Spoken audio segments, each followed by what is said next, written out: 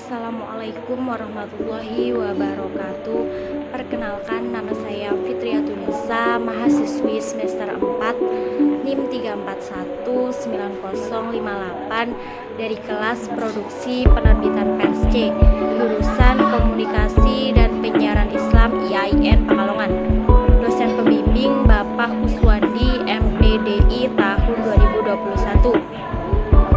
Di sini saya akan memaparkan soal dan jawaban UTS Produksi Penerbitan Pers. Yang pertama yaitu apa yang Anda ketahui tentang produksi penerbitan pers? Jawabannya yaitu penerbitan pers yang biasa disebut media cetak adalah perusahaan pers yang dalam menyajikan informasinya melewati usaha percetakan atau print out. Pers dalam arti luas yang mencakup media elektronik seperti radio, televisi, film, dan internet.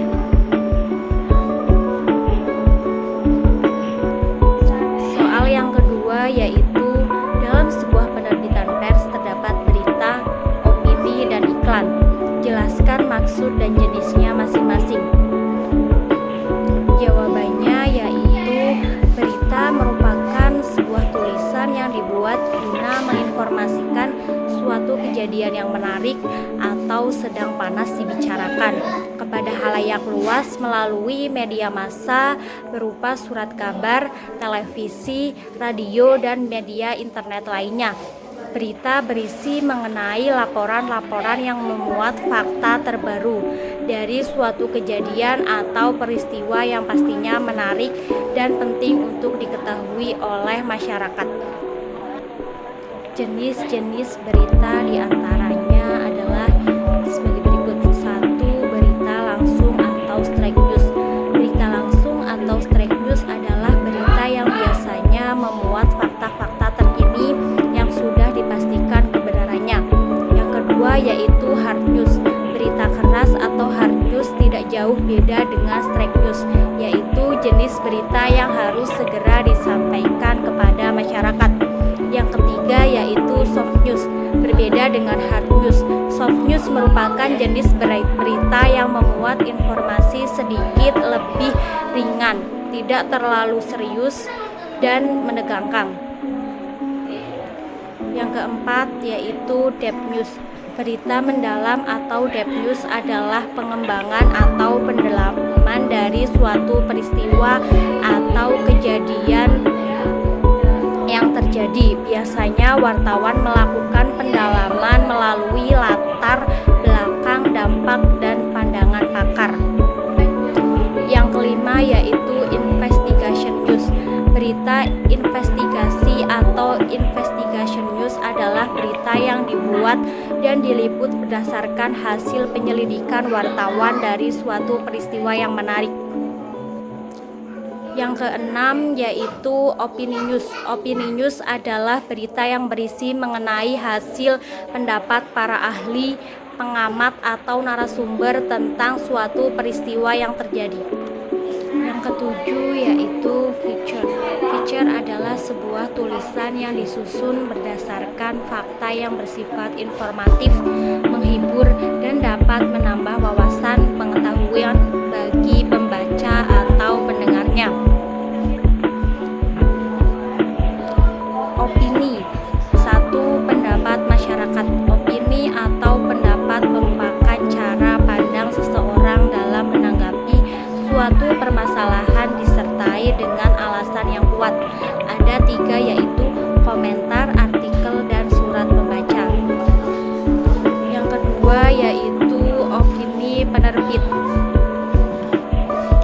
Opini penerbit adalah suatu pendapat atau opini dan dari redaksi terhadap suatu permasalahan masyarakat yang dimuat dalam penerbitannya.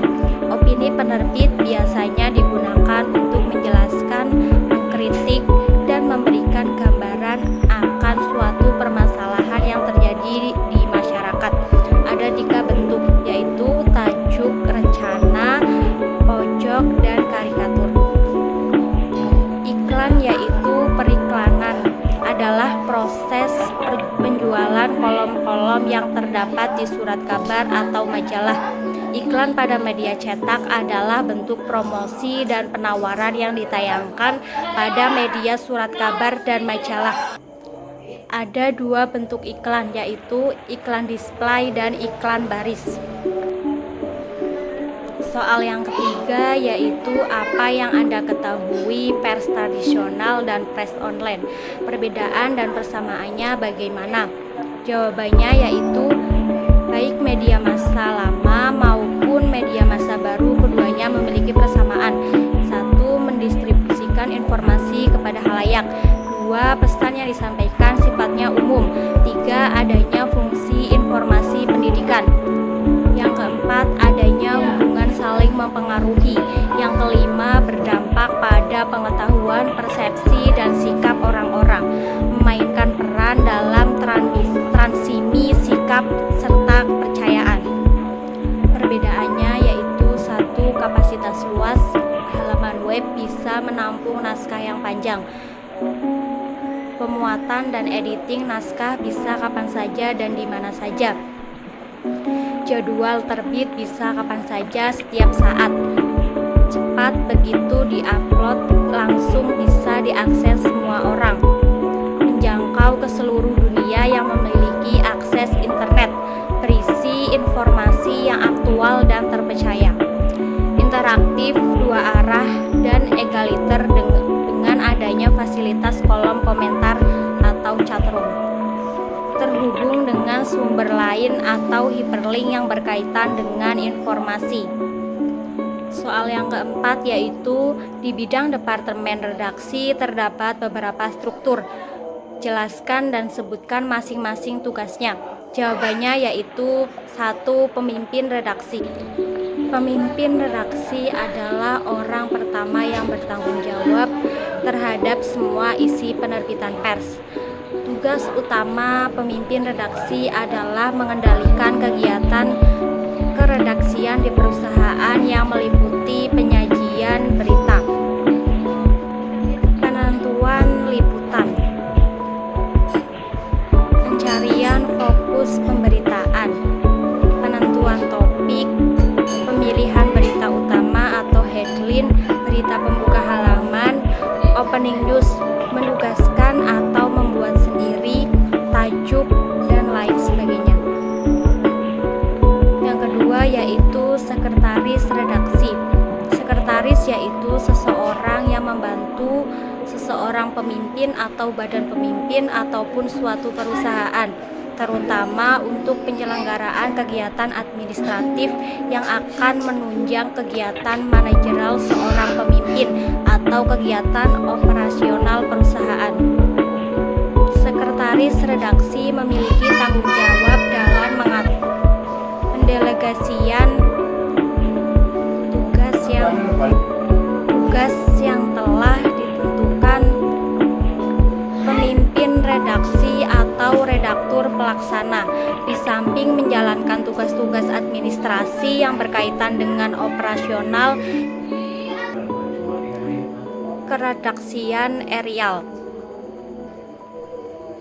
Tugasnya adalah menata dan mengatur undangan dari instansi, perusahaan, atau lembaga yang berkaitan dengan pemberitaan, menghubungi sumber berita atau instansi untuk pendaftaran, konfirmasi atau pembatalan undangan, wawancara, dan kunjungan kerja. Selain itu, menyimpan salinan kartu pers dan foto untuk mensupport kebutuhan kerja para wartawan dalam meliputi. Yang ketiga yaitu redaktur pelaksana. Redaktur pelaksana atau managing editor adalah jabatan yang dibentuk untuk membantu pemimpin redaksi dalam melaksanakan tugas-tugas keredaksionalnya. Redaktur atau editor sebuah penerbitan pers biasanya lebih dari satu. Tugas utamanya adalah melakukan editing atau penyuntingan, yakni aktivitas penyeleksian dan perbaikan naskah yang akan dimuat atau disiarkan. Tugas redaktur pelaksana harus bertanggung jawab terhadap mekanisme kerja redaksi sehari-hari atau pemimpin rapat perencanaan, rapat checking, dan rapat terakhir sidang redaksi. Yang keempat yaitu redaktur. Redaktur atau editor adalah petugas yang bertanggung jawab terhadap isi halaman media cetak. Itu sebabnya ada sebutan redaktur halaman atau redaktur bidang. Tugas redaktur adalah menerima berita, baik dari kantor berita, wartawan, koresponden, atau bahkan press resal dari lembaga, organisasi, instansi pemerintah, atau perusahaan. Tugas utamanya adalah melakukan editing atau penyuntingan, yakni aktivitas penyelesaian dan perbaikan naskah yang akan dimuat atau disiarkan. Yang kelima yaitu wartawan. Wartawan atau reporter adalah seseorang yang bertugas mencari, mengumpulkan, dan mengolah informasi menjadi berita untuk disiarkan melalui media massa. Seorang wartawan membantu tugas redaktur,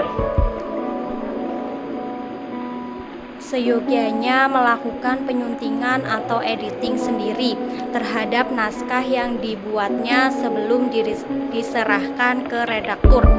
Dari status pekerjaannya, wartawan dibedakan menjadi 3, yaitu wartawan tetap, wartawan pembantu, dan wartawan lepas atau freelance. Soal yang kelima yaitu mengenai di tengah perkembangan teknologi informasi yang pesat, pers mengalami disrupsi. Bagaimana menurut Anda agar pers tetap eksis dan dapat diterima dengan baik oleh publik? Apakah etika jurnalistik masih diperlukan dan berkesesuaian dengan kondisi saat ini? Jawabannya yaitu untuk tetap eksis di masa disrupsi saat ini sangat diperlukan sebuah inovasi, edukasi, dan kreativitas. Dalam membuat dan mengolah suatu konten perlu adanya keterbukaan informasi dengan maraknya berita hoak saat ini dan malinformasi. Kode etik jurnalistik masih sangat diperlukan dalam kondisi saat ini. Dan seorang jurnalis harus menulis berita sesuai dengan fakta yang sedang terjadi saat ini di sekitar kita guna mencegah penyebaran berita hoak. Sekian yang dapat saya sampaikan. Terima kasih. Wassalamualaikum warahmatullahi wabarakatuh.